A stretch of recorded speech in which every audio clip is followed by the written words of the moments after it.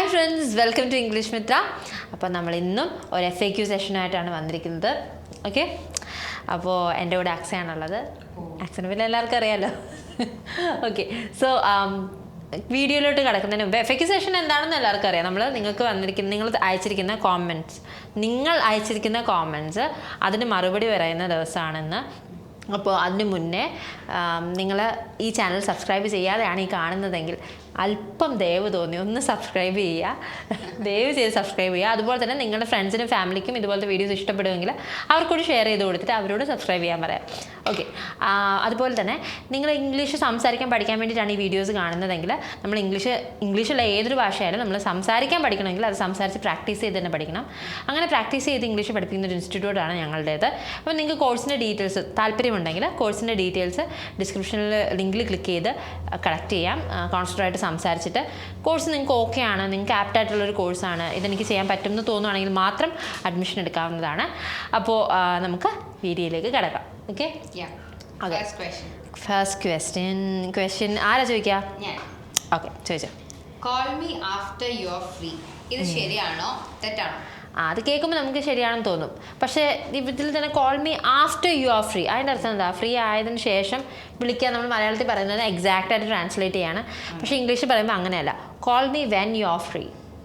കാരണം ഫ്രീ ആകുമ്പോൾ വിളിക്കില്ലേ, ഫ്രീ ആയി കഴിഞ്ഞ് വിളിക്കുന്ന കഴിഞ്ഞ് വിളിക്കുന്ന പറഞ്ഞാലും നമ്മൾക്ക് ഇംഗ്ലീഷിലേക്ക് call me when you are free എന്നേ പറയാൻ പറ്റത്തുള്ളൂ. അല്ല, മലയാളത്തിൽ നമ്മൾ ഫ്രീ ആയി കഴിഞ്ഞ് വിളിക്കാന്ന് പറയുമ്പോൾ നമ്മൾ തന്നെ ഫ്രീ ആകുന്ന ആ ടൈം ആകുമ്പോൾ വിളിക്കാന്ന് നമ്മൾ അപ്പോഴും ഉദ്ദേശിക്കുന്നത്. ഫ്രീ ആകുമ്പോൾ വിളിക്കുക, അങ്ങനെയാണ് നമ്മൾ പറയുന്നത് ഉദ്ദേശിക്കുന്നത്. പക്ഷെ കഴിഞ്ഞെന്നുള്ളത് എപ്പോഴും നമ്മുടെ ഭാഷയിലോട്ടൊന്നും കയറി വന്നതാ. ഫ്രീ ആയി കഴിഞ്ഞ് വിളിക്കാനല്ല, ഫ്രീ ആകുമ്പോൾ വിളിക്കാനെന്നാണ് നമ്മൾ ഉദ്ദേശിക്കുന്നത്. സോ അതാണ് ഞാൻ ട്രാൻസ്ലേറ്റ് ചെയ്തത്. Call me when you are free, call me after you are free എന്ന് പറയില്ല കേട്ടോ നമ്മൾ.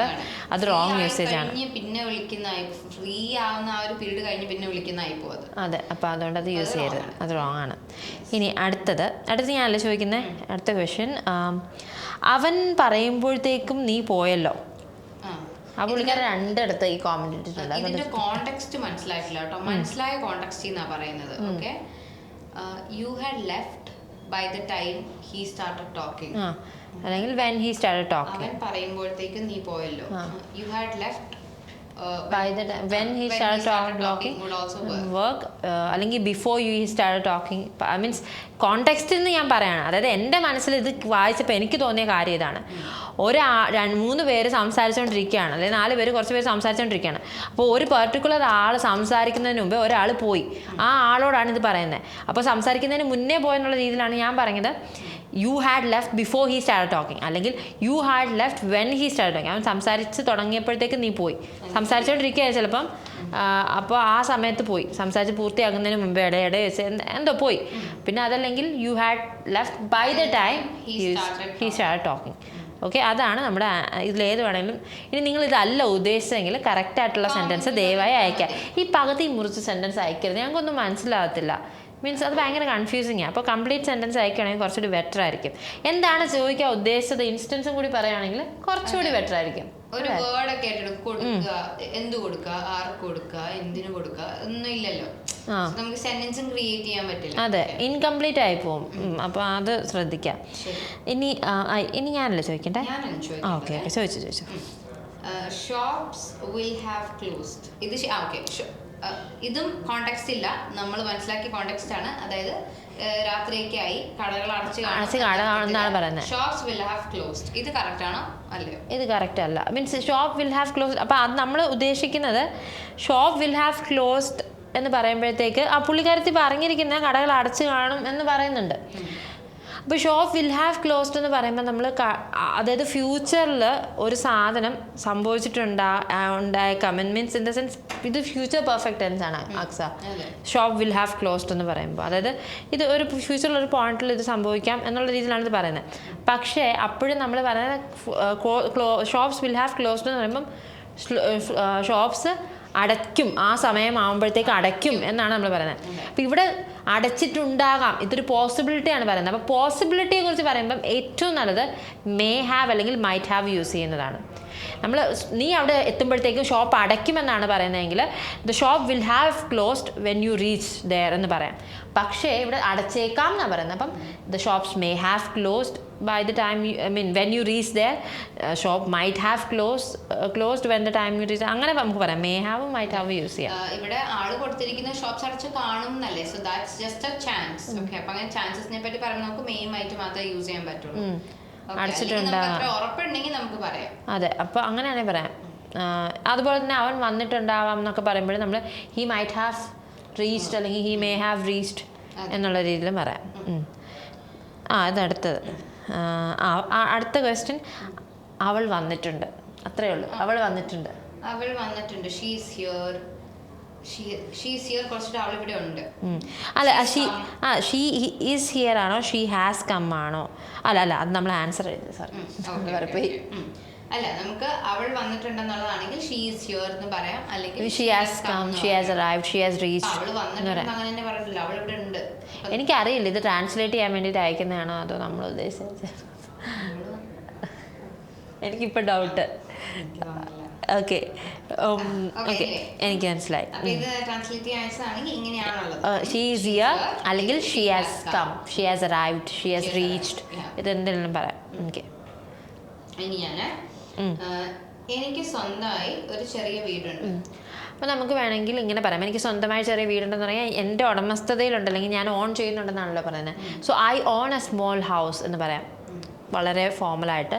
I own a small house, എൻ്റെ ഇതിലുണ്ടെന്നാണ് പറയുന്നത്. മീൻസ് എനിക്ക് സ്വന്തമായിട്ടുണ്ട് എന്ന് പറയുന്നതുകൊണ്ടാണ് ഞാൻ ഓൺ എന്ന വാക്ക് യൂസ് ചെയ്തത്. അല്ലെങ്കിൽ നിങ്ങൾക്ക് കാഷ്വലായിട്ട് I have a small house എന്നും പറയാം, അതും കറക്റ്റാണ്. Anyway, I mean both ways it's right. എനിക്ക് ഇഷ്ടപ്പെട്ടത് I own a small house ആണ്. I own a small house. അതെ, ശരി. ഇനി എൻ്റെ ഞാനാ ചോദിക്കുന്നത്, എക്സാമിന് വരാൻ ചാൻസ് ഉള്ള ഇത് ഒരാൾ ലൈക്ക് കുറച്ച് ക്വസ്റ്റ്യൻസ് അടുപ്പിച്ച് ചോദിച്ചേക്കുന്നത്. നല്ല ക്വസ്റ്റ്യൻസ് ആണ് ആക്ച്വലി, സ്റ്റുഡൻസിന് ഭയങ്കര ഹെൽപ്ഫുൾ ആയിട്ടുള്ള രീതിയിലുള്ള ക്വസ്റ്റ്യൻസ് ആണ്. എക്സാമിന് വരാൻ ചാൻസ് ഉള്ള ചാപ്റ്റേഴ്സ് ഏതൊക്കെയാണ്? Okay, what are the important chapters from the exam point of view എന്ന് നമുക്ക് ചോദിക്കാം. എക്സാം പോയിന്റ് ഓഫ് വ്യൂ എന്താ, എക്സാമിന്റെ ഇതിന്ന് നോക്കുമ്പോൾ എക്സാമിന്റെ ഇമ്പോർട്ടന്റ് ചാപ്റ്റേഴ്സ് വരുന്നുണ്ടായിരിക്കും. ആ പർട്ടിക്കുലർ എക്സാമിന് നോക്കുമ്പോൾ ആ പോയിന്റ് ഓഫ് വ്യൂന്ന് ഏതൊക്കെയാണ് ഇമ്പോർട്ടന്റ് ആയിട്ടുള്ള ചാപ്റ്റേഴ്സ് എന്നുള്ളത്. So what are the important chapters from the exam point of view. അടുത്തത് ഞാൻ ആലോചിക്കട്ടെ. 20 മാർക്കിന്റെ ക്വസ്റ്റ്യന് എത്ര പേജ് എഴുതണം? This is a very common question, I think. Okay, what's the page limit for a 20 mark question? Yes. Question ചോദിക്കാം. What's the page limit for a 20 mark question? അപ്പോൾ ഇവിടെ എന്താ പേജ് ലിമിറ്റ് എന്ന് പറഞ്ഞാൽ എത്ര പരിധി വരെ എത്ര പേജ് നമുക്ക് എഴുതാം എന്നുള്ളതാണ് പേജ് ലിമിറ്റ്. വേർഡ് ലിമിറ്റ് ഉണ്ട്. What's the word limit for A 20 mark question എന്ന് ചോദിക്കാം. അപ്പോൾ അവിടെയാണെങ്കിൽ എത്ര വാക്കുകൾ നമുക്ക് എഴുതാൻ പറ്റും എന്നുള്ള രീതിയിലാണ്. സോ ലിമിറ്റ് എന്ന് ഉദ്ദേശിക്കുന്നത് അതാണ്, പേജ് ലിമിറ്റ്, വേർഡ് ലിമിറ്റ് എന്നൊക്കെ ചോദിക്കാം. ഓക്കെ, ഇനി എത്ര അതേ സെയിം ആൾ തന്നെ ചോദിച്ചിരിക്കുന്ന ക്വസ്റ്റ്യൻ ആണ്, എത്ര പ്രോഗ്രാമിൽ ഒരാൾക്ക് പങ്കെടുക്കാൻ കഴിയും? So basically the sadhanam is what's a participation limit. അത് കഴിഞ്ഞിട്ട് എന്ത് പ്രോഗ്രാം ആണെന്ന് പറയും. So for example, what's a participation limit for the annual day program? Participation limit എന്ന് വെച്ചാൽ ഒരു പേഴ്സണിന് എത്ര എണ്ണത്തിൽ പങ്കെടുക്കാൻ പറ്റും. ഇത് ഞങ്ങൾ മാക്സിമം ഷോർട്ട് ആക്കി പറഞ്ഞത്. ഇനിയിപ്പോൾ നിങ്ങൾക്ക് കുറച്ചുകൂടി ലോങ് ആക്കി പറയണമെങ്കിൽ ഇങ്ങനെ പറയാം, how many programs can be participate in for the can one person participate in for the annual day function, അല്ലെങ്കിൽ for the youth festival, for the sports day എന്തായാലും. സോറി. നെക്സ്റ്റ് ക്വസ്റ്റ്യൻ, നോട്ട്സ് വായിക്കുമ്പോൾ speed കുറച്ച് പറയാമോ? Maybe ഒരു student ടീച്ചറിനോട് ചോദിക്കുന്ന പോലെ ആയിരിക്കും. അപ്പോൾ അതിനെ നമുക്ക് എങ്ങനെ പറയാം? ഇതും സെയിം ആണ് തന്നെ. അപ്പം അതിനെ നമുക്ക് would you please slow down while reading the notes, അല്ലെങ്കിൽ could you please slow down while reading the notes, അല്ലെങ്കിൽ can you please read slowly എന്ന് പറയാം. പക്ഷേ ചിലർക്ക് കൺഫ്യൂഷൻ ആവും. സ്ലോലി എന്ന് പറയുമ്പോൾ ശബ്ദം കുറച്ച് അല്ല, അത് വേറെ. ശബ്ദം കുറച്ച് സംസാരിക്കുന്നതിന് ക്യാൻ യു പ്ലീസ് എന്താ take it down, take it down, can you please tune down your volume, അല്ലെങ്കിൽ അങ്ങനെ പറയാം. Can you please decrease the volume, അങ്ങനെ പറയാം. Decrease the volume or voice. പക്ഷെ സ്ലോലി നമ്മൾ പറയുമ്പോൾ സ്പീഡിലാണ് ഓപ്പോസിറ്റ് ഫാസ്റ്റായിട്ട് ഒരാൾ വായിക്കുമ്പോൾ അതിന് ഓപ്പോസിറ്റ് ആയിട്ടാണ് നമ്മൾ സ്ലോ എന്ന് പറയുന്നത്. ശബ്ദം കുറയ്ക്കാൻ നമുക്ക് സ്ലോലി യൂസ് ചെയ്യാൻ പറ്റത്തില്ല. പലരും സ്ലോലി എന്നുള്ളത് ശബ്ദം കുറയ്ക്കാനാണ് യൂസ് ചെയ്യുന്നത്. അല്ല, ശബ്ദം കുറയ്ക്കുക എന്നുള്ളതല്ല, പറയുന്നതിൻ്റെ സ്പീഡ് കുറയ്ക്കാൻ വേണ്ടിയിട്ടാണ് നമ്മൾ സ്ലോ എന്നുള്ള വാക്ക് യൂസ് ചെയ്യുന്നത്. അല്ലെങ്കിൽ എന്തിൻ്റെങ്കിലും സ്പീഡ് കുറയ്ക്കാനായിട്ട്. വോളിയം ഡൗൺ ആക്കണമെങ്കിൽ can you tune down the volume a bit, അല്ലെങ്കിൽ can you speak a bit softly എന്ന് പറയാം അല്ലേ? സോഫ്റ്റായിട്ടൊന്ന് പറയുമോ, അങ്ങനത്തെ രീതിയിൽ നമുക്ക് പറയാം. സോ എനിവേസ്, സ്പീഡ് കുറച്ച് വായിക്കാൻ can you please read a bit slowly, അല്ലെങ്കിൽ would you please slow down a bit while you are reading, അങ്ങനെ പറയാം. ഓക്കെ, ലാസ്റ്റ് ക്വസ്റ്റ്യൻ ആണല്ലേ. അവൻ വന്നിട്ടുണ്ടാകാം. അവൾ വന്നിട്ടുണ്ടാകാം. She would have come, wrong or right? അവൾ വന്നിട്ടുണ്ടാവാം, she would have come, wrong or right ആണ്. ഇറ്റ്സ് റോങ്, ബിക്കോസ് അവൾ വന്നിട്ടുണ്ടാകും അല്ലെങ്കിൽ അവൾ വന്നിട്ടുണ്ടാകാം അതൊക്കെ പറയുമ്പോൾ എന്താ, പിന്നെയും ഒരു ചാൻസ് ആണ്. വന്നേക്കാം, വരാതിരിക്കാൻ നമുക്ക് ഉറപ്പില്ല. അവൾ പറയുന്നത്. We can say she might have come or she may have come. Okay, like you can use both. The better one is she might have come. She might have come or she may have come. അപ്പം would come എന്ന് പറയും, she would have come എന്ന് പറയുമ്പോൾ വന്നിട്ടുണ്ടാകാം എന്നുള്ളതല്ല, വന്നേനെ എന്നാണ് നമ്മൾ പറയുന്നത്. അവൾ വന്നേനെ, she would have come. If you call, she would have come.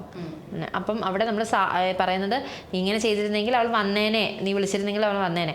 പക്ഷേ ഇത് സാധ്യത പറയുന്നതുകൊണ്ട് മൈറ്റ് ഹാവ് അല്ലെങ്കിൽ മേ ഹാവ് എന്നുള്ളതാണ്. ഇനി എന്നാണ് നിങ്ങൾ ഡൽഹിയിൽ പോകുന്നത്? ഞങ്ങൾ ഇനി ഡൽഹി പോകുന്നുള്ള കാര്യം അറിയില്ല. We may go. ഞങ്ങൾ വീട്ടിൽ പോകുന്നത് തന്നെ ഞങ്ങളുടെ സമയമൊന്നും കറക്റ്റ് അല്ല, ഞങ്ങളുടെ വർക്ക് പോയിക്കൊണ്ടിരിക്കുന്നത്. ജസ്റ്റിസ് ഐ തിങ്ക് രേവതി എനിക്ക് തോന്നുന്നു വീട്ടിൽ പോകുന്നത് 2-3 months കൂടിയെങ്കിലും ആയിരിക്കും. 2-3 months കൂടുമ്പോൾ ഞാൻ പോകും. ഇല്ലായിരിക്കും. അത്രയും ലൈക്ക് നമ്മുടെ വർക്ക് അങ്ങനെയാണ് പോകുന്നത്. അപ്പൊ ഇപ്പൊ നമുക്കൊരു വെക്കേഷൻ എടുത്ത് പോകാനുള്ള ഇതൊന്നും ഇല്ല. എനിക്ക് തോന്നുന്നു വീട്ടിൽ പോയിട്ട് കുറെ ആയെന്ന് തോന്നുന്നു. കുറെ ആയി. അവിടെ എന്താ my parents are very supportive. അവർക്ക് അങ്ങനെ ഒരു പ്രശ്നമില്ല. വീട്ടിൽ എന്താ വരാത്തെ, വീട്ടിൽ വാ. അങ്ങനെയല്ല, എൻ്റെ അപ്പൻ എന്നെ ഒരു 1.5 മാസം കണ്ടില്ലെങ്കിൽ അപ്പ തന്നെ എൻ്റെ പാരൻസ് അവർ ഇങ്ങോട്ട് വരും. Like they come see me here. അപ്പോൾ അതിനുള്ള എഫേർട്ട് എടുക്കും.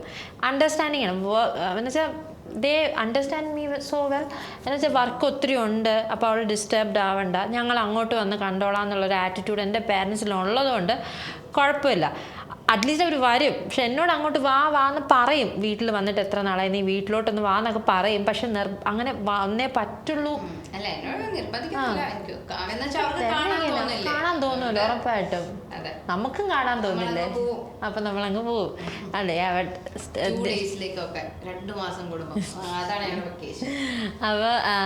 അപ്പൊ അതാണ്. സോ കാരണമുണ്ട് അതിന്. കാരണം നമുക്കൊരു ലീവ് എടുക്കാനുള്ള സാഹചര്യം വരുമ്പോഴത്തേക്ക് എന്തെങ്കിലും ആരുടെയും ഫ്രണ്ട്സിന്റെ ഒക്കെ കല്യാണം വരും അല്ലേ. നമ്മൾ ലീവ് എടുക്കുന്നില്ല, ഓഫീസിൽ തന്നെ ഒത്തിരി പേരുണ്ട്, അവരുടെ കല്യാണം വരും, ഓഫീസിൽ എന്തെങ്കിലും പരിപാടി വരും, അല്ലെങ്കിൽ ട്രിപ്പ് വരും. അപ്പോൾ നമ്മൾ അങ്ങനെ പോകും. ഇപ്പോൾ ഡൽഹി ട്രിപ്പ് വന്നതുപോലെ. ആക്ച്വലി നമ്മൾ വീട്ടിൽ പോകുന്ന സമയത്താണ് ഡൽഹിയിലോട്ട് വന്നത്. ഇനി അടുത്ത് ഡൽഹിയിൽ വരുന്നുണ്ടെന്ന് വെച്ചാൽ maybe we might come.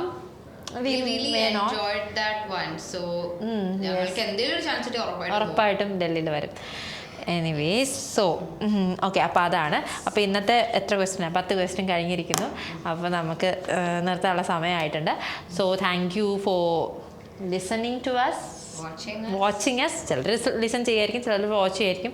Thank you so much for sparing your time and watching us. അത് വലിയൊരു കാര്യമാണ്. And do subscribe. നിങ്ങൾ സബ്സ്ക്രൈബ് ചെയ്തിട്ടില്ലെങ്കിൽ ഫാമിലീസ്, ഫ്രണ്ട്സിനൊക്കെ വീഡിയോ ഷെയർ ചെയ്യുക. അവർക്ക് ഇഷ്ടപ്പെടുമെന്ന് നിങ്ങൾക്ക് തോന്നുന്നുണ്ടെങ്കിൽ. അതുപോലെ തന്നെ നേരത്തെ പറഞ്ഞതുപോലെ ഇംഗ്ലീഷ് സംസാരിക്കാൻ പഠിക്കാൻ താല്പര്യമുണ്ടെങ്കിൽ നിങ്ങൾക്ക് കോഴ്സിൻ്റെ ഡീറ്റെയിൽസ് കളക്ട് ചെയ്യാം. ഡീറ്റെയിൽസ് കേട്ടതിന് ശേഷം നിങ്ങൾക്ക് ആപ്റ്റാണെന്ന് തോന്നുകയാണെങ്കിൽ മാത്രം അഡ്മിഷൻ എടുക്കാവുന്നതാണ്.